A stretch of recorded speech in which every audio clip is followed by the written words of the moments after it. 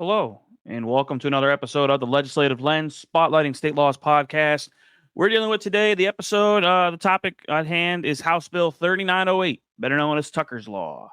Tucker's Law came at the forefront after an untimely death of a 19-year-old boy or man, excuse me, that passed away from fentanyl poisoning.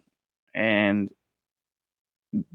his mother, alongside with many other parents, fought for this legislation to get passed so that there is more education in the education of fentanyl and how it can impact your life.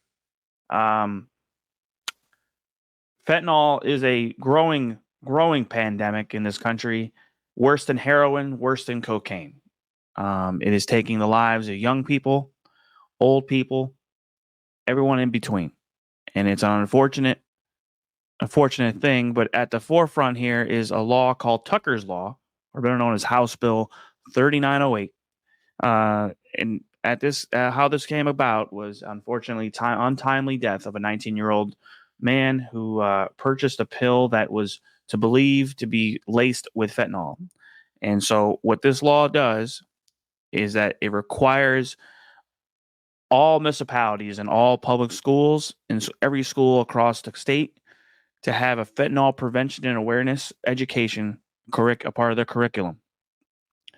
Um, so at the forefront here, it is signed into law by Greg Abbott. A course for students in grade 6 through grade 12 would be implemented for no more than 10 hours of education through the school year.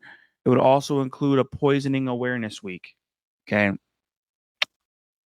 Very, very important, I think, for the growing population in Texas, but also, you know, generational gap here. Fentanyl as a whole has killed more people than COVID times two on a yearly basis.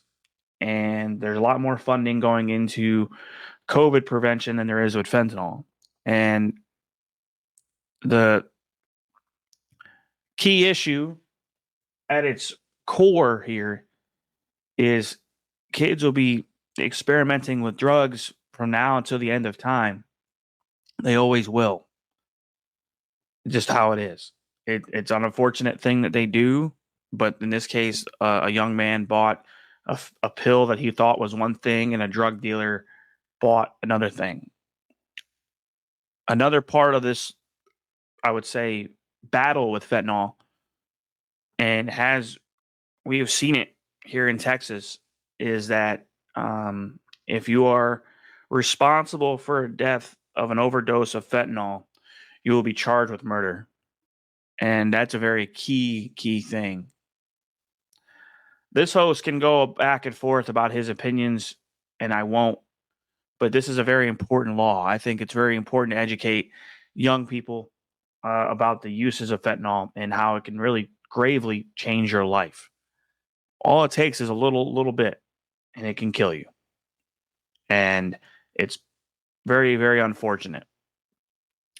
But I want to take this time to say thank you to Stephanie Turner, who brought this law into to really the cause of and fighting a cause that was worth fighting for. Obviously, I don't think any family wants to see or hear the words that their sons passed away earlier than they expect.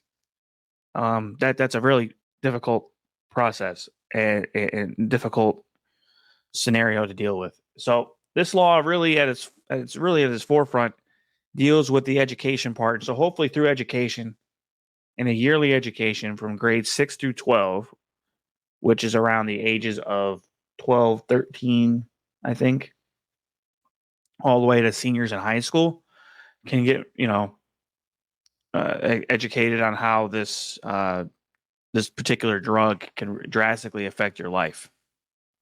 And if you need any more research, you can go to Texas Against Fentanyl.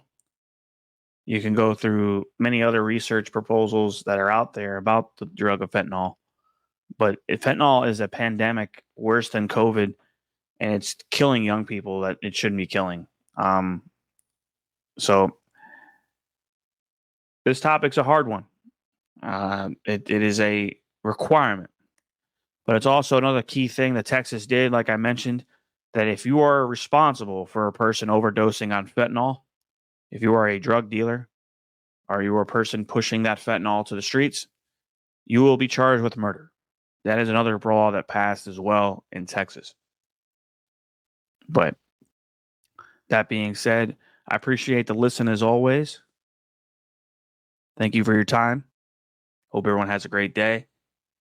Feel free to download and listen across all podcasting platforms, as well as continue our conversation on social media. I appreciate for your time.